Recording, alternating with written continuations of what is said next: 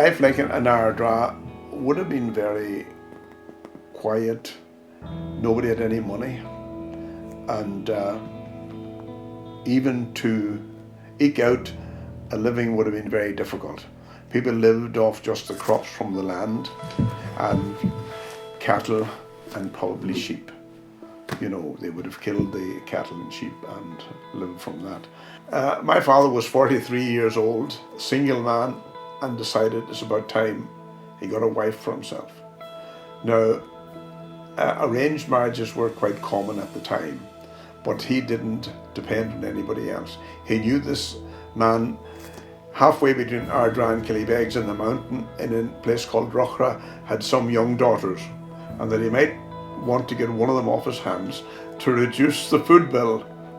So on his way from Mass one Sunday morning, my father went down and met him and interviewed him and made a proposal to him. And he went along with the proposal, and so did his oldest daughter, who turned out to be my mother.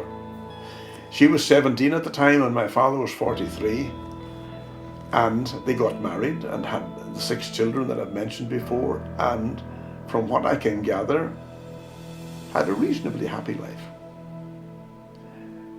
Certainly my mother had a great respect for my father, which was probably more like a father-daughter relationship than it would have been like a father-wife relationship.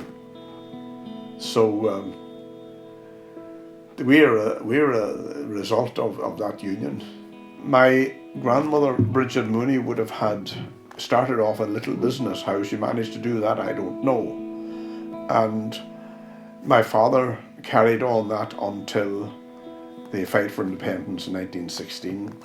And between the fact that the Tans came into the shop, took the food off the shelves and the money out of the drawers, and then there was also another added complication.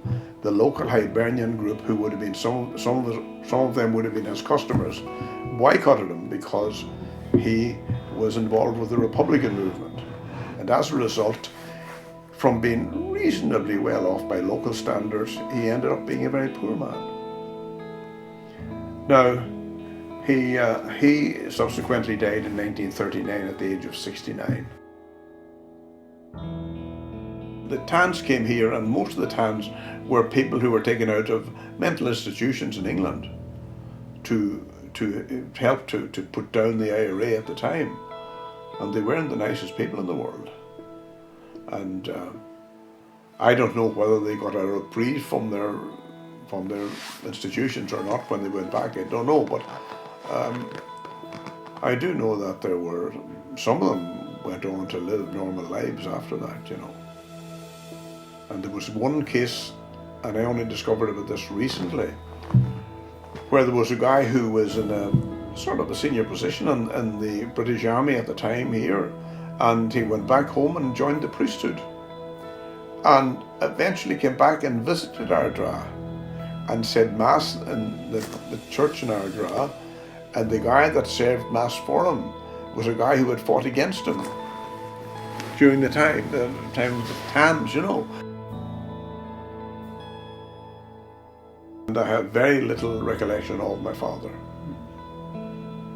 Something that bothers me in later life. It didn't bother me as a young person, but I would like to have known my father, because from what my other siblings have told me, he was a nice man and a good man, and we would have inherited a lot of things from him that would, you know, good values and all that, you know. So, and his family then would have been Packy, my oldest brother, my sister Mary B, Peter, Peg, John B, Francis and myself. Mary B was the first to die. My father died in 1939 and Mary B died in 1941 from TB, because TB was rampant in the country at the time. And my brother Packy got involved in Republican activities in Belfast, and as a result was sentenced to 14 years in Crumlin Road in Belfast. He served 5 of those years and got out in 1948 and came back home and got married and raised his family John Martin, Pather, Rosemary, Jared and Bridge. My brother John B, after he came out of hospital around 1948, first went to live in Belfast, and from there went to England, married Peggy Phelan from Kilkenny, and had one daughter, Maria. And my sister Peg went to America, first to Canada and then to Los Angeles, married a Slovakian by the name of Paul Klima, had 4 children, all of whom are still alive. Paul Klima Senior is now dead, but my sister is still alive. Peter, my brother Peter, went to England and never married and died in 1996 at the age of 74. My brother Francis had always had a health problem from what we think now was severe autism, and he died at the age of 4, about 1934, I think.